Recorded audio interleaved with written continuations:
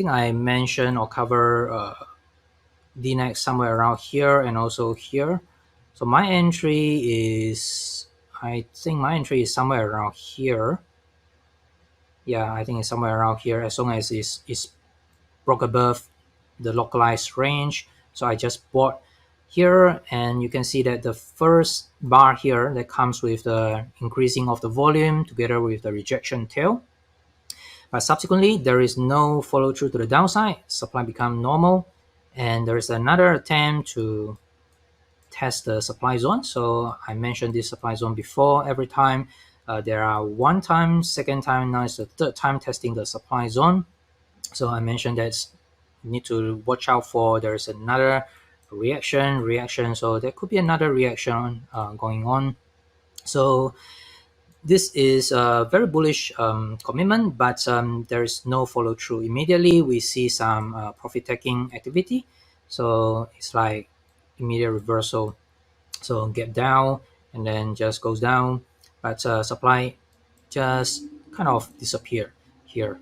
So at the moment it's not that bearish, but I have kind of exited the trade at maybe 1 or 2 cents or 3 cents at most. So it's just a very short trade because I don't really want to wait for some sort of the consolidation, because right now I think I have better other candidates to buy. So I just want to better utilize my money.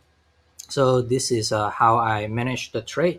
By no means that DNEX is bearish, because it's still in a very good structure despite there is some form of the rejection at the supply zone. But I think we just need to give DNEX some more time. Maybe you can just have a few tests, and then finally you can just break out. And one thing that I mentioned before, because there are a lot of the people are watching these stocks, and this is like a very hot stock. You can see that the volume is very high. Usually it can hit 100 million. Yeah, this is 200 million volume. So this sort of the hot stocks where a lot of the people are watching, and it's so obvious that we are getting an apex formation, a triangle formation.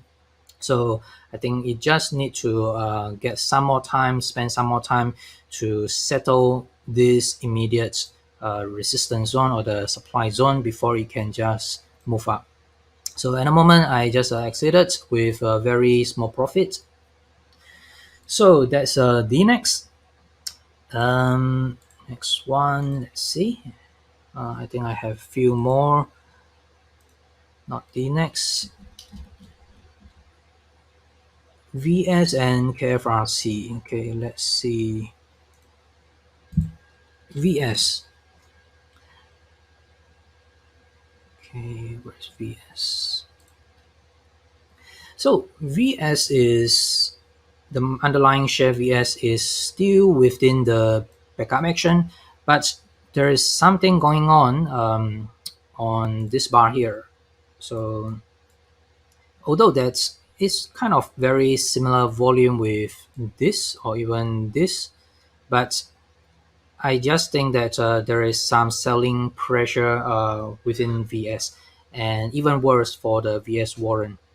So there are one thing that I would like to convey. That's the how to manage a trade with long term and also the short term time frame.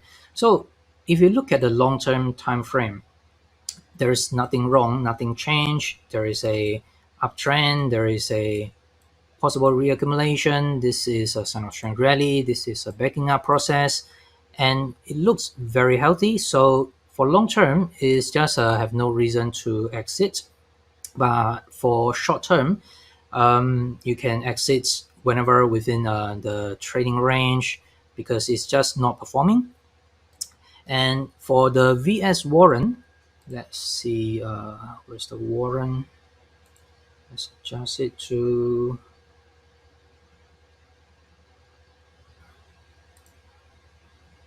Okay, this is VS warrant. So you can see that there is a total breakdown here. So on this bar, so I have exited VS warrant for my short-term trading position, just cut loss. Actually, my entry is somewhere around 50 cents or 49. So it's just based on the breakout. And after that, we see a very speculative move up here. So I did not really take a profit because at that point, I still think that I want to ride a trend. Hopefully, after the pullback, then it can just reverse and keep going up. But unfortunately, it just has this breakdown that comes with an increasing of the supply. So I exited generally bad price. So I think about 43. So somewhere around here, buy at 50, exited here. So is slightly beyond my stop loss. I think my stop loss is somewhere around here, maybe 45. So it's two more cent, two more cent. Yeah, so more than my stop loss. So, but for long term campaign, I still keep the warrant because there is no reason to just sell, and the risk management is also different. But for short term wise, I just cut loss because of how the price move, and you can trade it as a risk management purpose, or just you just follow the rules, follow your trading plan, because it's sort of like short term. And if short term it just did not move and trigger my stop, then I will just exit. But for long term, if I look at the VS, the underlying share, there's nothing wrong with VS, although that the warrant is just fall heavily. So for long-term position, I'm still keep my position VS Warren B for the long-term trade. So that's VS Warren and also VS underlying.